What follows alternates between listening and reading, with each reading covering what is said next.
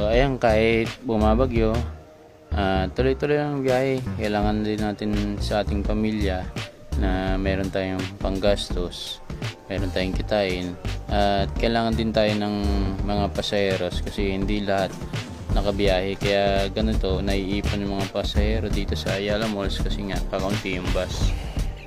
Bawa din naman yung ating mga pasaheros kasi may pamilya din silang naghihintay sa kanila.